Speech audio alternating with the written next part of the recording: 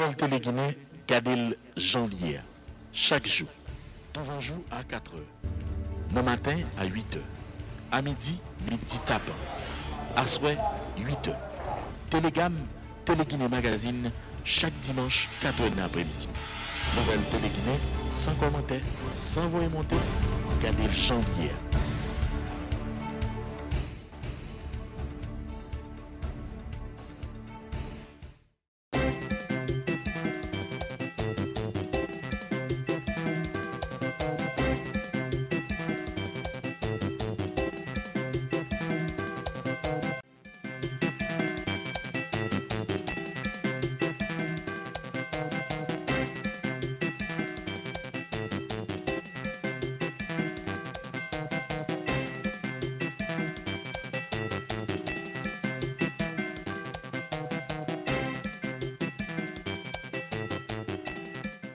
Nous saluons la présence du ministre de l'Agriculture dans la salle, ensemble avec tout le cadre qui accompagne lui. Jeudi, c'est mercredi 6 juin 2018. C'est généralement les mercredis. C'est une journée qui est retenue ici pour une séance de questions orales au gouvernement. Je dis à vous-même avec le ministre des Affaires sociales là, qui a une opportunité pour devant l'Assemblée sénateur pour poser problème qui ont un rapport avec le ministère en général, avec l'agriculture dans le pays en général, avec la production nationale en général. La commission agriculture du Sénat de la République, que j'ai l'heureux privilège de présider, se fait le plaisir d'accueillir en assemblée le ministre de l'Agriculture, M. Jobert C. Engrand, accompagné de son directeur général, M. Brandly Eugène, et d'autres membres de son cabinet. Il est un fait avéré que l'agriculture représente, pour son apport en PIB, l'épine dorsale de l'économie haïtienne, 20 à 25%. Ce secteur est considéré comme l'une des principales sources d'activité génératrices d'emplois et de revenus en Haïti. Toutefois, ce secteur fait face à des défis énormes, tels la diminution de la taille des exploitations agricoles, l'érosion galopante des sols, l'investissement limité, les désastres et les intempéries naturelles qui ne cessent d'affecter sa croissance. Or, des recherches ont prouvé qu'il existe un très grand rapport entre la situation économique d'un pays et sa situation agricole. Ainsi, l'importance de ce secteur nous amène à nous réunir en assemblée pour trouver des solutions viables et fiables à ce secteur. Cette rencontre sera aussi l'occasion de discuter du bilan, des évaluations faites et l'état d'avancement relatif au terme de référence de la feuille de route du ministère de l'Agriculture et de la campagne du printemps. Du coup, permettez-moi, Monsieur le ministre, de vous faire un état des lieux, permettez-moi de vous demander de nous faire un état des lieux des travaux qui ont été effectués et l'état d'avancement de la feuille de route du ministère de l'Agriculture. Autre question, quels sont les résultats qu'on peut envisager à partir de cette campagne? Quelles sont les mesures rectificatives qui vont être adoptées pour mener à bien cette campagne par rapport aux leçons apprises des campagnes précédentes? Quels sont les fonds disponibles pour la campagne du printemps de cette année? Et enfin, avez-vous envisagé une campagne de dératisation pour faire face à cette flambée de rats constatée à travers les différentes régions du pays? Nous pensons qu'après votre intervention, la commission pourra revenir à la charge ou les autres sénateurs en fonction de leurs préoccupations. Pour la commission, sénateur Jacques Sauverjean, président, sénateur Yuri Latortue, vice-président, sénateur Rony Célestin, rapporteur, sénateur Jean-Hugo Bélizère, membre, sénateur Pierre-François Sildor, membre. La lettre d'invitation du Sénat stipule que la Commission agriculture souhaite une séance de travail avec le ministre de l'Agriculture pour la discussion spécifique autour des 2 points suivants. Campagne agricole de printemps 2018, état des lieux de la feuille de route du secteur agricole du gouvernement. Pour débuter, je voudrais juste rappeler quelques données de confirmation de l'importance du secteur agricole pour notre pays, tant sur le plan social que sur le plan économique. Tous les domaines ou sous-secteurs principaux agricoles, agriculture, élevage et pêche, font état d'environ 1 million d'exploitants agricoles, dont 22% des chefs d'exploitation sont des femmes, selon les statistiques du MAD. Sur le plan économique, les données de la BRH expriment une contribution du secteur à l'économie du pays à 20% du PIB en 2017. Le secteur a fourni en 2011 environ 45% des emplois dans tout le pays et 63% des emplois en milieu rural.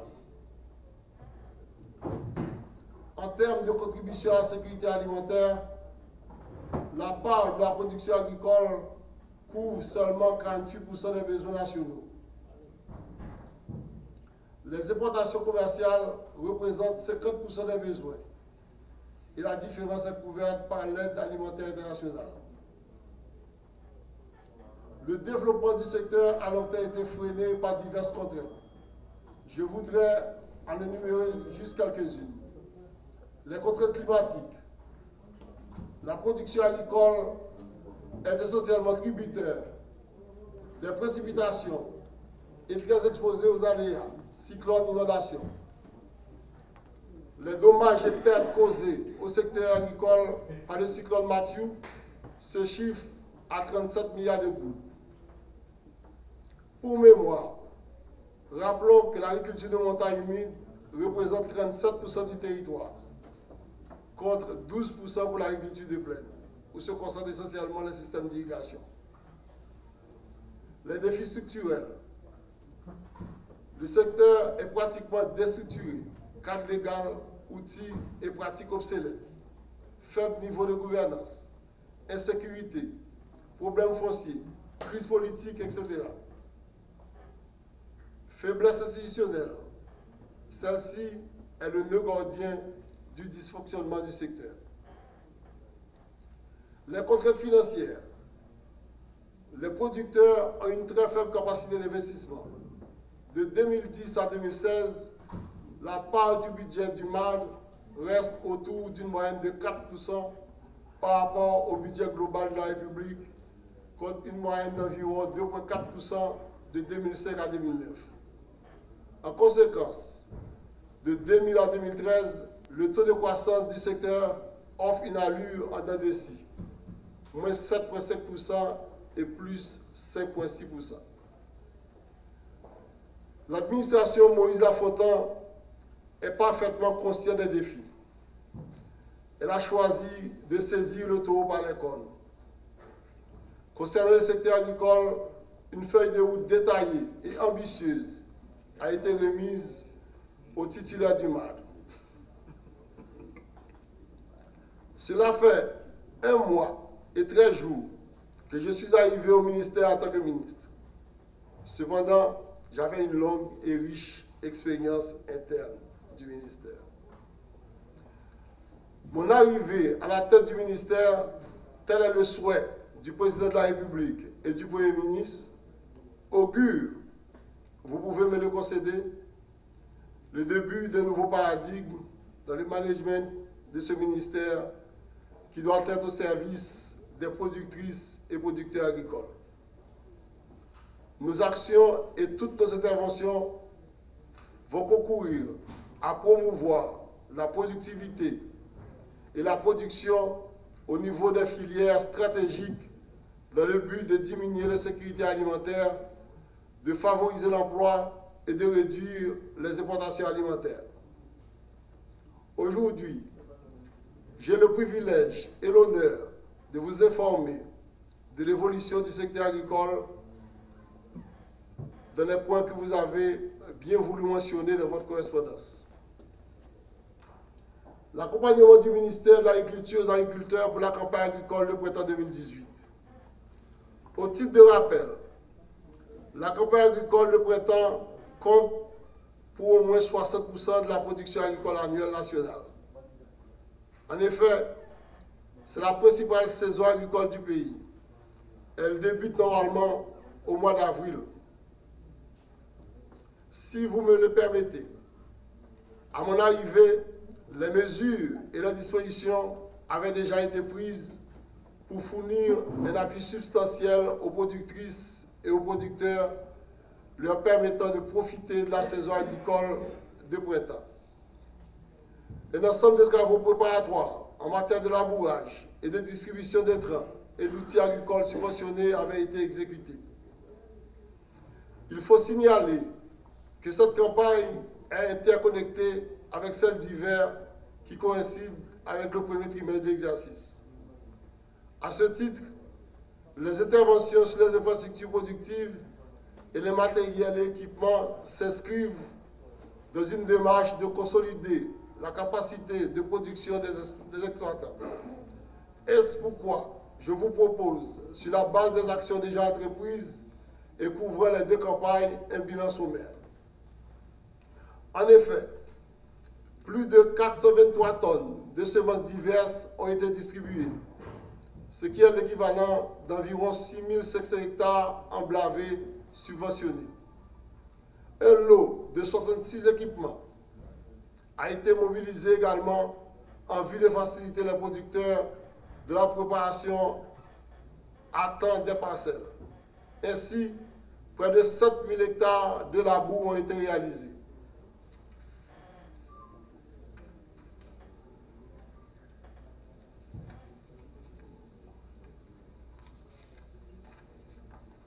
En ce qui a trait à l'irrigation, les interventions au niveau d'une cinquantaine de périmètres irrigués de la principale zone de production ont permis de rendre un accès amélioré de l'eau d'irrigation sur environ 47 000 hectares. De plus, 200 pompes d'irrigation ont également été subventionnées afin de faciliter l'irrigation d'appoint. Les différents systèmes d'irrigation par pompage de la plaine du cul-de-sac, de la Croix des Bouquets jusqu'à Grantier, dysfonctionnels depuis plusieurs années, ont été réparés. Enfin, ainsi, 13 stations de pompage de ces zones récemment réparées ont facilité la remise en eau d'environ 2000 hectares.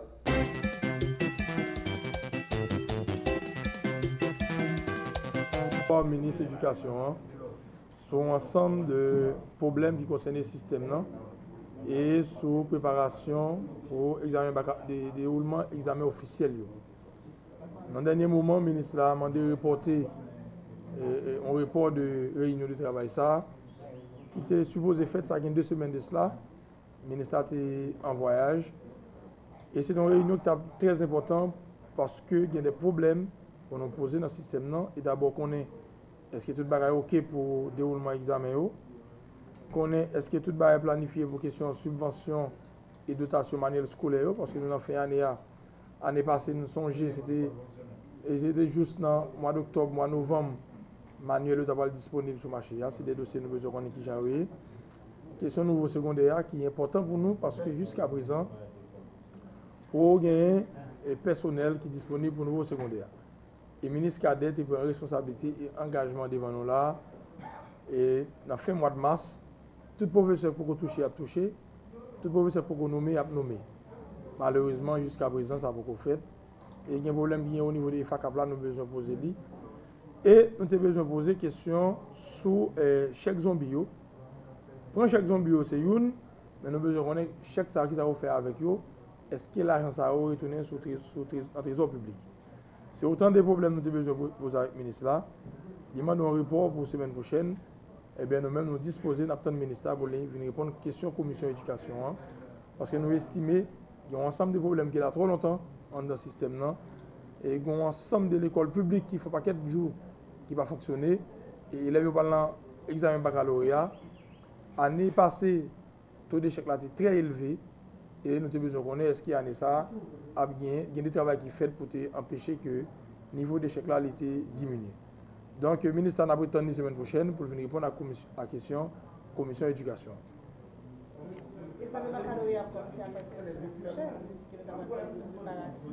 Alors, c'est l'examen 9e qui a commencé à partir de 11. Si nous avons une réunion en mi-temps semaine prochaine, nous avons au courant de niveau de préparation qui peut faire au niveau de baccalauréat. En ce qui a trait à la 9e année, le ministère a dit tout est prêt déjà, fiche au prêt, pas de trop de problème pour le déroulement de l'examen 9e année. Le ministre n'est pas présent pour te répondre à une question aujourd'hui. Et nous, ça choque nous et nous sommes très révoltés par rapport avec l'ensemble de reports. C'est des reports qui dérangeants, qui fait que nous-mêmes n'avons pas qu'à exercer le contrôle nous convenablement et qui a permis que le ministre vienne dans leur côté dans plein examen. Le ça n'a devant un fait accompli. Et fait parler de par eux-mêmes. Question est juste, son année scolaire bouleversée. Et par exemple à la carrière, nous avons des écoles de 3e cycle, École nationale du drapeau, École nationale Saint-Pierre, pour ne pas nommer. Et c'est des exemples que nous avons répétés partout dans le pays. Qu'on n'a pas dispensé. Donc, examen, veut dire évaluation. Évaluer qui ça? Évaluer un processus, évaluer un apprentissage, évaluer des programmes qui sont censés développer, appliquer en salle de classe. Donc, ça veut dire nous avons des faits qui annoncent que l'évaluation, l'examen, sera fait pour des écoles qui ont des élèves qui ont des chances pour réussir et des élèves qui ont gagné en situation eux-mêmes pour échouer. Et c'est ça, là où passons en année scolaire, il y a des mesures de redressement que ne prendre pas prendre. Il y a des déclarations que le ministre a fait, promesses pas tenues. Nous-mêmes, nous disons que nous présents matin pour le ministre de venir dans le cadre de responsabilité pour venir expliquer comment le processus là est, comment le préparatif a avancé, qui ça qui réaliser et qui ça pas réalisé parce que il y a des acteurs clés dans le système qui attendent des réponses à la question ça. Professeurs attendent réponses, parents attendent réponses. Élèves même qui des apprenants attendent des réponses clés de ministre. Et ça fait nous encore présents et nous toujours été motivés et disposés, même si le ministre a venu en retard, l'a bien pour venir ici en présence de la commission d'éducation, que nous avons responsabilité pour nous-mêmes pour nous faire exercice de contrôle, pour venir une explication. En fait, d'accord que le résultat est catastrophique en retard, nous avons moins d'une semaine de démarrage série examen officiel, des matchs en retard. Des matchs là pas en retard. Nous faisons des matchs là, ça fait des jours. Le ministre a toujours une occasion pour le report, pour le pas présent. Nous constatons. Et ça fait m'a déjà annoncé nous. Le ministre là parmi des ministres interpellés très prochainement. Parce que le gouvernement interpellé, nous ne pouvons pas accepter ça, à continuer comme ça pour sacrifier le petit pays. Le ministre là parmi des ministres interpellés avec le Premier ministre là, il y a bien pour répondre à une question ça. Même si on fait marronnage, il y a bien pour venir ici. Il y a pour donner explication à la nation. En fait, nous attendons que le résultat soit catastrophique en dehors. Et nous pas pour nous faire pronostic pour nous dire c'est élèves qui doivent payer irresponsabilité et membres qui dans l'État qui ont joué des privilèges. Élèves pas de payer de ça. Et ça fait nous suivre étape par étape processus là, ça a passé. Et ça fait nous-mêmes pouvoir de contrôle nous avons exercé. Mais nous constatons que les faits que nous connaissons dans tout le pays, il y a pile de professeurs qui ne sont pas nommés, il y a pile de classes qui ne travaillent pas, il y a pile de programmes qui ne sont pas appliqués. Le processus là vraiment gagné des obstacles. Donc, nous sommes très préoccupés par la question. Nous ne pouvons pas dire qu'il y a un échec, mais nous sommes préoccupés.